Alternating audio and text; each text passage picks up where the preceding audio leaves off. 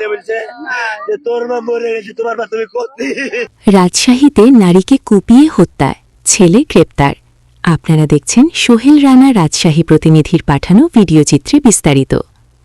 নেশা করার টাকা না পেয়ে রাজশাহীতে ধারালো অস্ত্র দিয়ে মাকে কুপিয়ে হত্যার পর রাস্তায় ফেলে গেছে ছেলে।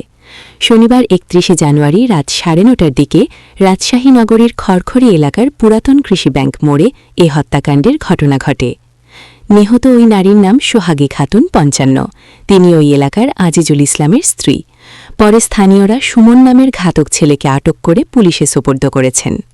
প্রত্যক্ষদর্শী ও পুলিশ সূত্রে জানা গেছে, মাদকাসক্ত ছেলে সুমন রাতের নেশা করার টাকার জন্য মা সোহাগীকে চাপ দেন, কিন্তু টাকা দিতে রাজি না হলে ধারালো হাসুয়া দিয়ে সুমন তার মায়ের বুকে ও পেটে উপরচুপড়ি আঘাত করেন।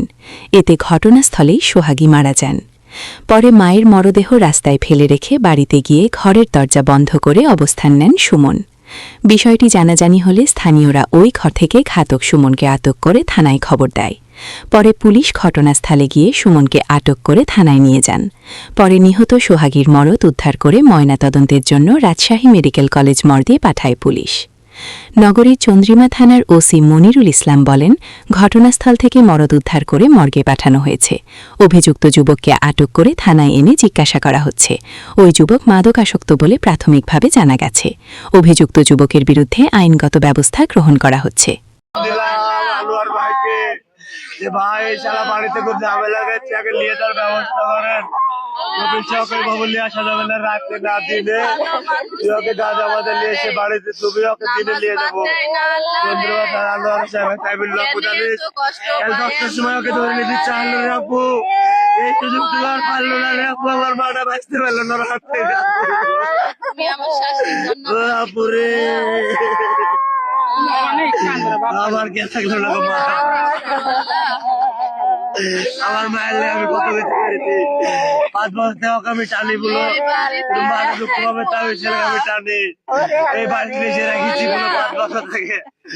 আমার বউকে হাসিলে 25 দিন কাটতে যাচ্ছিল, আমার বউকে কাটতে যাচ্ছিল 25 দিন, আমি মারে নিজে মায়ের মুখ দেখতে গে আমি কেন বাড়িতে।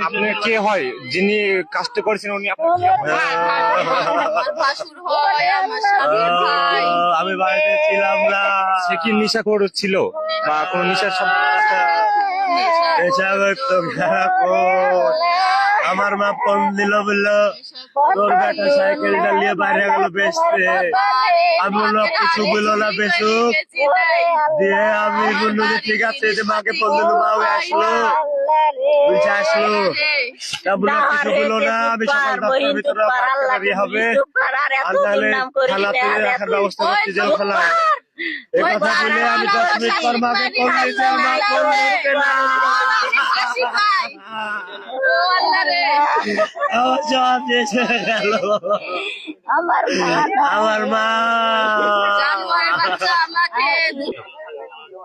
এরকম ইতিহাস হবে আমার জীবনে ভাবতেও পারিনি। আমার মা দুনিয়ার শ্রেষ্ঠ মা। মানে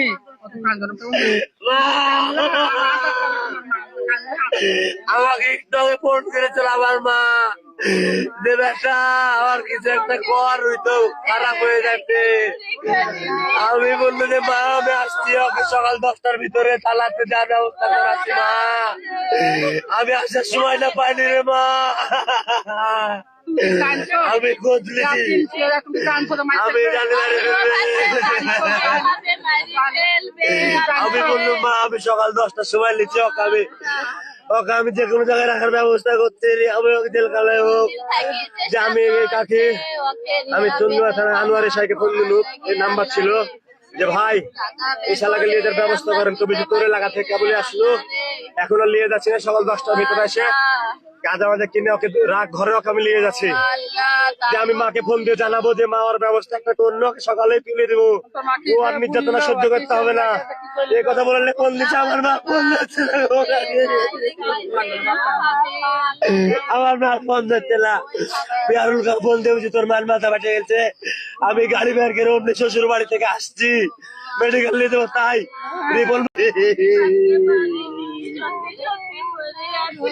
আমি মেনে নিতে পারছি না। আমার জীবনে ওদের সাথে গেলাম, মেনে নিতে পারলো না। ও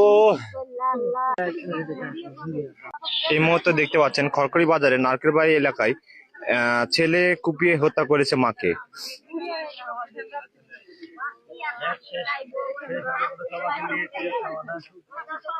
দর্শক, আমরা জানতে পারি আনুমানিক 9টা থেকে 9:30টার মধ্যে এই কাজটি হয়েছে। আমি ওকে বাইরে করে দেবো বলেছিল তো,